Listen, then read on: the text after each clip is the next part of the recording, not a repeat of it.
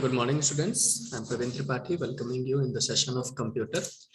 In the previous session, we have started the chapter number 10, which is entitled by More About Internet Service. So we are continuing this chapter. In the previous session, we have understood what is internet, what are the various facilities that we are using of internet. And I have told you about various aspects of internet, email, and the things we are using just as e-learning, e-business, e-commerce. And I have told you about the payment gateway options, how we can pay online and offline also. We have discussed about the debit card and credit card and its working system. Now it's time to understand email and chat. Okay, so everyone, we are using the email and chat option nowadays, but how it is being implemented? It is being implemented using the internet. So that's why it comes under the category of internet services. So what do you mean by email? Email stands for electronic mail, which allows you to send message from one device to another device. It may be a computer, it may be a mobile phone or etc. But it should be an electronic device from one device to another computer using the internet. Okay, so this is known as email, electronic mail. So for sending or for receiving an email, we must have an email address. That means the email ID. Okay, so we can choose any of the email servers such as Google, Yahoo, Rediff, Hotmail, etc. So whatever the email server you are using, you have to create an account for using the email facility, right? So email and chat are two different methods of online communication. So these two things are not similar, right? So email and chat are two different methods of online communication that allow users to keep in touch with each other. An email is a method of sending messages from one person to another using the internet. Mark my point, students, in the both method we will use internet. But the working philosophy, but the working concept, the working methodologies are different. The receiver can see the email once he or she comes online. Chat refers to the text message from sender to receiver while both sender and receiver are online at the same time. Right. Now, many students will say that, sir, we can send the messages to someone, but they are offline. So will my message be delivered or not? We are not considering the WhatsApp. We are considering the chat system that is provided by the Google, that is provided by the any email services, right? So email, you have sent it to your recipient, it will be delivered to it.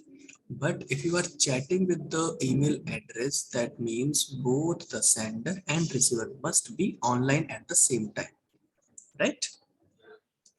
Now we'll understand e-cards. E-cards, as you can correlate with the simple cards, the traditional card you use. Okay, so you can send greeting cards also through the internet. Whatever the card you want to send, you can send it through internet.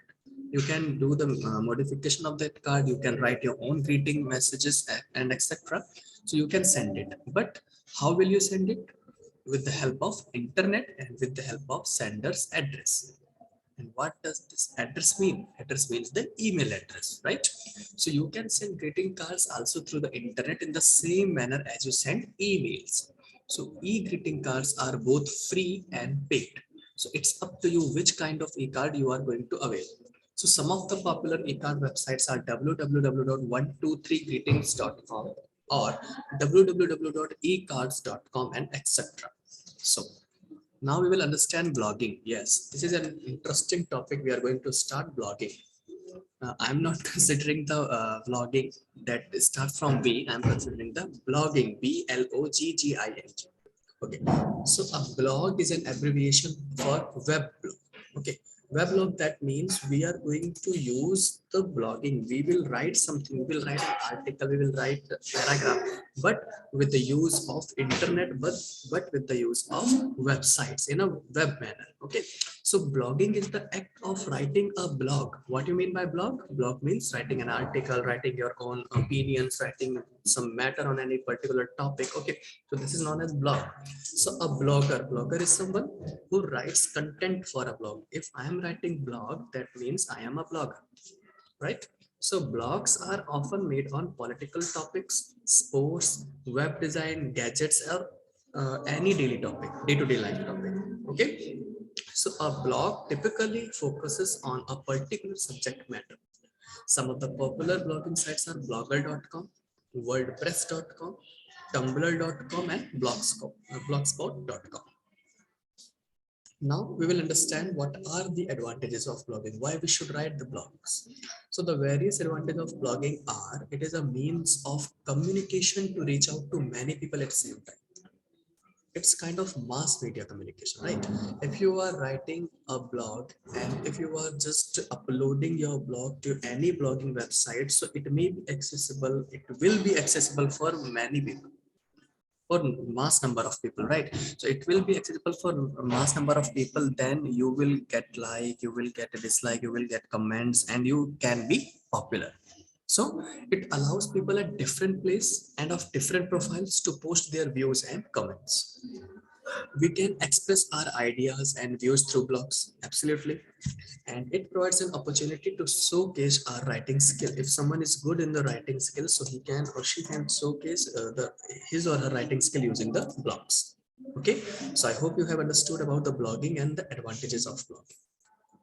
Now we will understand what is podcasting. Yeah, this is very, once again, a very interesting topic. Podcasting. Podcasting is a method of using the internet to create audio or video clips and make this available for download. That means we are going to create some audio files, we will create some video clip, so it will be referred as podcasting, right? So the media file include both audio and video. If you are considering any media file, so it may include both things, audio and video, so which can be downloaded from the internet, are called podcasts. So if you are downloading any audio, if you are downloading any videos, that means you are downloading the podcasting. So the word podcast is originated from two words, iPod and broadcast. Okay, so now the question arises, how podcast is being named from iPod and broadcast. Some of the popular podcasting websites are www.podmatic.com, www.soundcloud.com, and etc. Now we will understand what are the advantages of podcasting. So the various advantages of podcasting are, podcasts are downloaded automatically from the internet whenever any new files are uploaded. So if you are using any podcast website, so any new file, whatever the file is, the file will be downloaded automatically when you will be connected to the internet, right? So the user can view or listen according to their convenience. So if you want to listen it only, so you can listen it. If you want to view it only, then you can view it also. So to make the information either audio or video personal as it reaches directly to the user, that means whatever will the file will be, it may be an audio file, it may be a video file, so it will be directly delivered to the user, to its particular user. It will not be available for everyone.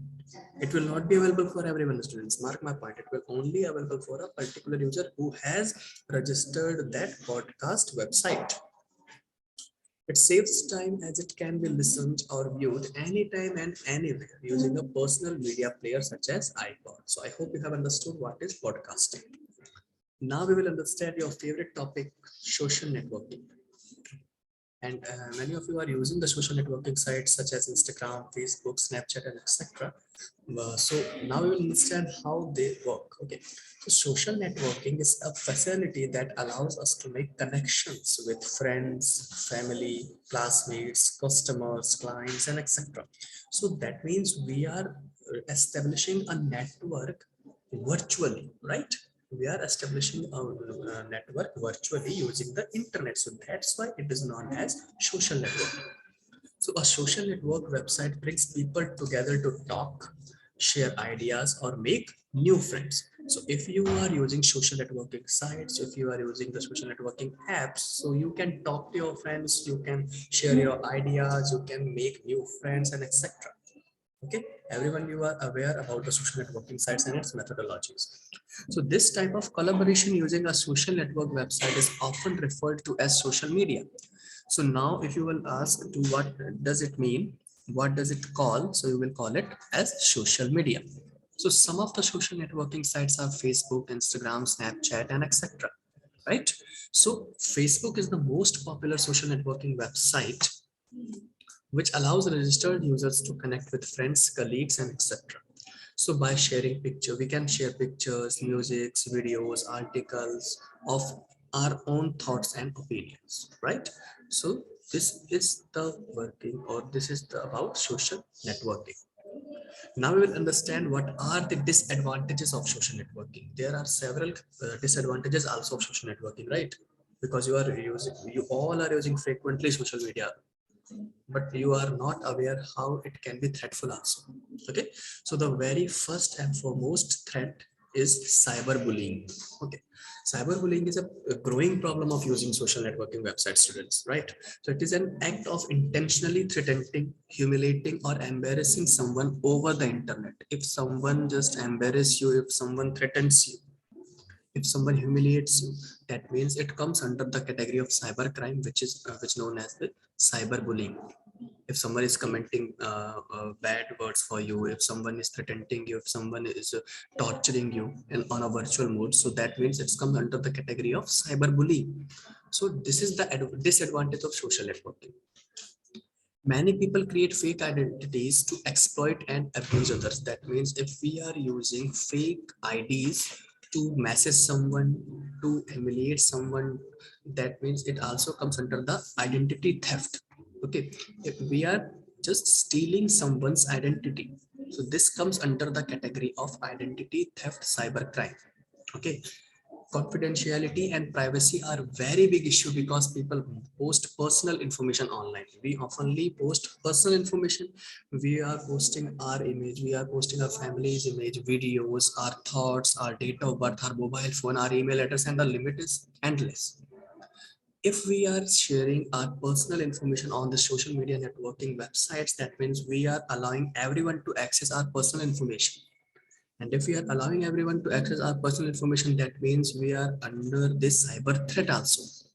It may harm us. Okay, so that's why it is very suggestible, advisable that you please do not post your very crucial or sensitive personal information online, right? Anyways, so these sites can be very addictive. Yes, I hope that you have used the TikTok, Instagram Reels, and several kind of other social media websites. These are addictive. Once you have started using them, now you will give your important time, you will give your crucial time to the social media only. Okay, because it is addictive. So people use them till late night, neglecting their studies, like you students. Okay, diet and other important work, this affects their health. People are not following their diet plan because of social networking sites. They are too much engaged. They are commenting each other, they are chatting each other, they are just liking the post only, and just forget the diet plan. Okay, neglecting their studies. Okay, just waking from the late night. So these are the bad effects of social networking. You should be aware about this and disadvantages of social networking because you are in the growing age. Okay, these sites open up the possibility for hackers to commit fraud or launch and spread viruses. So using the social media, the hackers can fraud you, hackers can spread viruses to your device also. So this is about the social networking. Now we will understand video conferencing, which we are using daily, which we are using still. Okay, if I am teaching you on the Zoom platform, so it is an also example of video conferencing. We are using the same thing daily. Okay, so a video conference is a live visual conversation between two or more people living in separate locations. Yes, you can take the same example. You are in your home. Okay, I am teaching at my school campus, so it is connecting the two differently located people on a one platform using the internet. So using this facility, we can conduct a conference between people. What I'm doing is I'm conducting a conference. If I'm teaching you using this, that means it comes under the category of video conferencing. Okay, now you will say, sir, you haven't started the camera yet, but I have just offed it. I have just turned off it. Okay. So this technology uses internet to transmit audio and as well as video data. Each person in the conference has a video camera, microphone, and speakers attached to his or her computer. So some video conferencing websites are Skype, Hangouts, Zoom, and etc. Now, the last and but not least topic of this chapter is cloud storage. Very interesting topic, my students, because this is a very vast area of research and computer science. Every scientist is researching on artificial intelligence and cloud storage. Why? Because it is a facility to store, to collect data without using your physical memory. Physical memory, that means if you are using Google Drive, let's say, so you are not filling your physical memory of your phone. You are storing it to some cloud storage. That's why it is known as cloud storage. Let's have a look. We commonly use a hard drive, right? We commonly use a USB flash drive. It is talking about the pen drive. USB flash drive is also known as pen drive. A CD or a DVD to store data, right? We all are using it. Instead of storing information to a computer's hard drive or other local storage device, we can save it to a remote database also. Remote database, that means that doesn't exist physically but virtually.